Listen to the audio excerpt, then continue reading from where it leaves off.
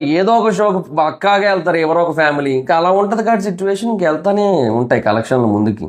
So మనశంకర Varaprasad గారు in my second place. So చాలా అంటే చాలా మంచి ఎంటర్టైనింగ్ మూవీ అండ్ ఒక మంచి మెసేజ్ ఉంది వైఫ్ అండ్ హస్బెండ్స్ రిలేటెడ్గా. అండ్ అదనే కాదు, ప్రాపర్ కమర్షియల్ ఎలిమెంట్స్ ఉన్నాయి. వెంకటేష్ గారు అండ్ చిరంజీవి గారి మధ్య సీన్స్ కానీ మొత్తం ఎవ్రీథింగ్ అసలు వెరీ వెరీ గుడ్ అని చెప్పొచ్చు.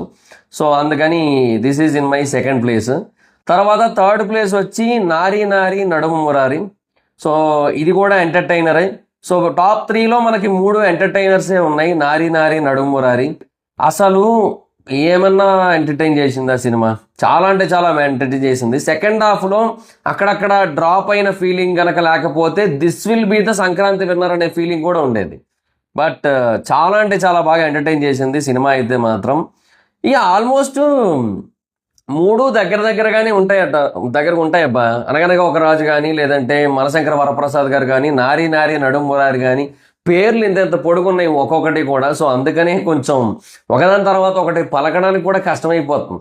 ఈవెన్ ఇప్పుడు రవితేజ గారి సినిమా కూడా భర్త మహాశైలకు విజ్ఞప్తి, అది ఎంత పొడుగు పేరే. ఒక్క రాజాసాబ్ ఒక్కటే చిన్న పేరు, మిగతా అన్ని పెద్ద పెద్ద పేర్లే అన్నీ. సో ఈ 3 సినిమాలు అంటే అనగనగా ఒక రాజు, మనశంకర వరప్రసాద్ గారు, నారీ నారీ నడుము మురారి, 3 సినిమాలు కూడా ఎంటర్టైన్మెంట్ పీక్స్ ఉంటాయి. అండ్ ఈ కమర్షియల్ ఎలిమెంట్స్లో కూడా చాలా బాగుంటాయి మొత్తం 3 సినిమాలు.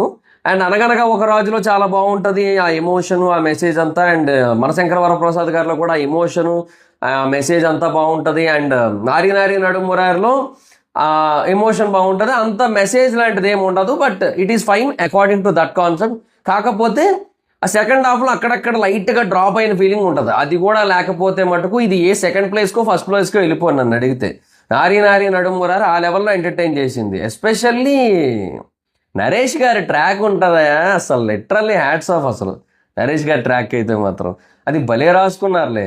అంటే భలే కుదురుతుంది కూడా ఆ సినిమాకి, అలా అలా సెట్ అయ్యింది ఆ క్యారెక్టర్, ఆ ట్రాక్, అదంతా కూడా. సో ఇది కూడా అవుట్ రైట్ ఎంటర్టైనరే. సో అలాగా 3 సినిమాలు మనకి టాప్ 3లో ఎంటర్టైనర్సే ఉన్నాయి. So first place, second place, third place. So ఈ 3 కూడా దగ్గరగానే ఉంటాయి. మనం పొజిషన్స్ మార్చాం కదా, అంటే 1 ఇచ్చాం, 2 ఇచ్చాం, 3 ఇచ్చాం కదా అని చెప్పి ఒకదానికంటే ఇది బాగా తక్కువ ఉన్నట్టు, దీనికంటే ఇది ఇంకా బాగా తక్కువ ఉన్నట్టు కాదు.